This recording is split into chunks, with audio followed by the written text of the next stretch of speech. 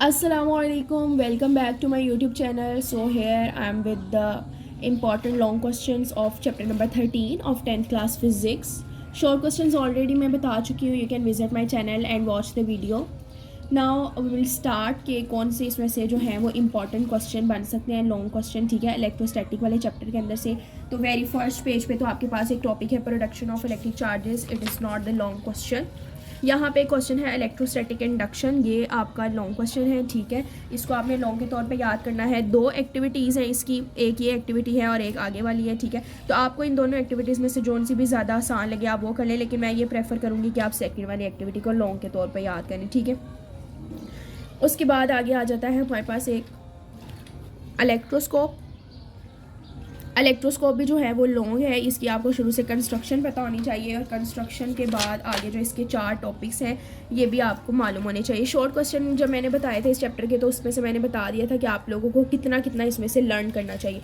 तो बस वो आपने लर्न किया होगा तो काफ़ी है, उसी को आपने लॉन्ग में लिख देना. ठीक है, नेक्स्ट आगे आ जाता है हमारे पास कूलम्स लॉ. तो ये बहुत ज़्यादा इंपॉर्टेंट लॉन्ग है. ठीक है, ये इम्पॉर्टेंट है और इसके अंदर से भी आपको शुरू में आपने ये इंट्रोडक्शन लिखना है. इंट्रोडक्शन के बाद आपने इसकी स्टेटमेंट लिखनी है, फार्मूला लिखना है, यूनिट लिखना है, के की वैल्यू लिखनी है. तो ये आपका एक अच्छा सा प्यारा सा लॉन्ग क्वेश्चन है. ठीक है, ये आपने अच्छे तरीके से याद करना है. नेक्स्ट अगर हम बात करें लॉन्ग क्वेश्चन की तो वो आ जाता है हमारे पास.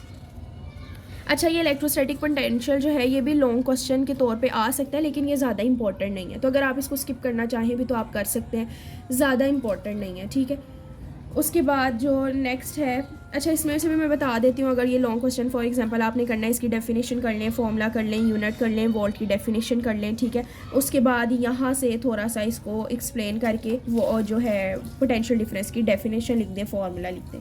नेक्स्ट आ जाता है कैपेसिटर्स एंड कैपेसिटेंस. कैपेसिटर्स के जो अब हमारे पास इंपॉर्टेंट लॉन्ग क्वेश्चंस हैं वो आ जाते हैं जी इसके कम्बिनेशंस हमारे पास दो हैं, एक पैरेलल है और एक सीरीज़ है. ये भी इंपॉर्टेंट लॉन्ग है. ठीक है, इस चैप्टर के जो मोस्ट इंपॉर्टेंट लॉन्ग है ना वो एक तो जो मैंने पीछे आपको लॉन्ग बताया उन सब में से मोस्ट इंपॉर्टेंट था हमारे पास कूलम्स लॉ.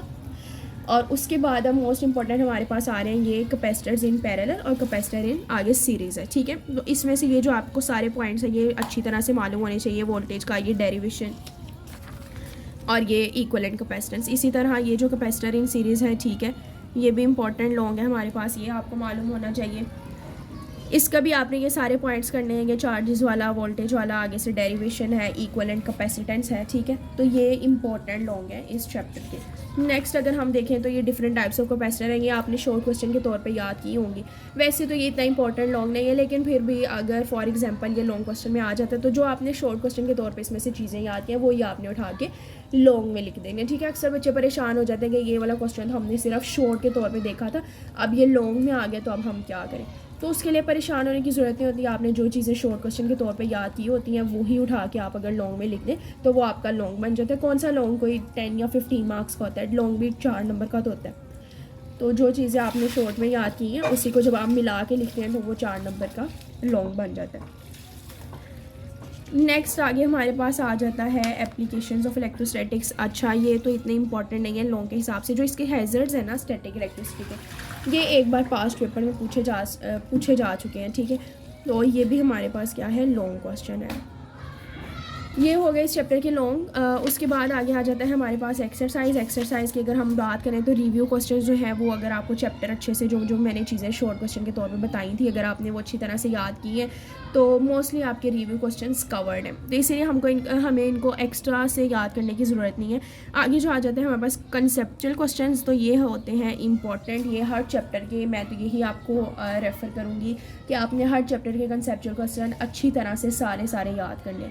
लेकिन फिर भी अगर किसी बच्चे को सारे याद करने में मसला हो रहा है तो जो उनसे मैंने निशान लगाए हैं जो इंपॉर्टेंट हैं आप बस वो भी याद करके जा सकते हैं. इंशाल्लाह आपका पेपर अच्छा होगा. ठीक है, अब इसमें से जो इम्पोर्टेंट है हमारे पास वो है, एक तो आप ये फर्स्ट वाला 13.1 वाला आपको अच्छी तरह से लर्न होना चाहिए, 13.3 लर्न होना चाहिए. ठीक है, उसके बाद जो 13.4 और 13.5 है ये तो मस्ट आपने करके जाना है. ये जो है ये इम्पॉर्टेंट है, 13.5 भी और 13.4 भी. ठीक है, ये आपको लाजमी तौर पे याद होने चाहिए. उसके बाद आगे आ जाता है हमारे पास 13.6, 7 और 8. इसमें से जो वैसे तो ये तीनों ही इम्पॉर्टेंट है, ठीक है। सेकंड के अलावा ना अगर देखा जाए तो इसके सारे ही क्वेश्चंस इम्पॉर्टेंट है, लेकिन फिर भी अगर आप नहीं करना चाहते तो चलें, एटलीस्ट आप जो है वो एक ये 13.6 वाला तो करके जाएं।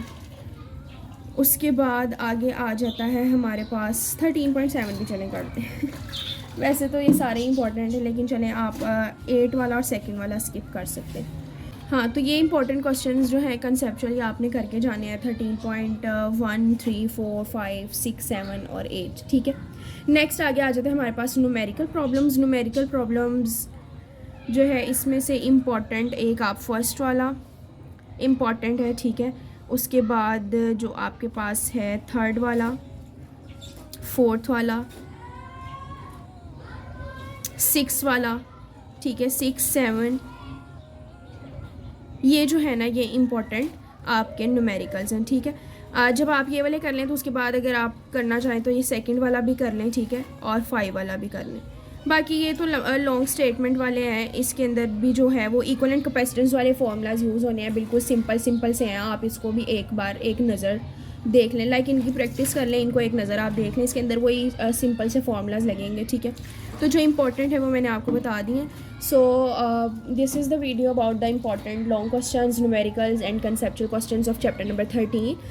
Hope so you like the video. If you like the video then subscribe my channel for more videos. Allah Hafiz.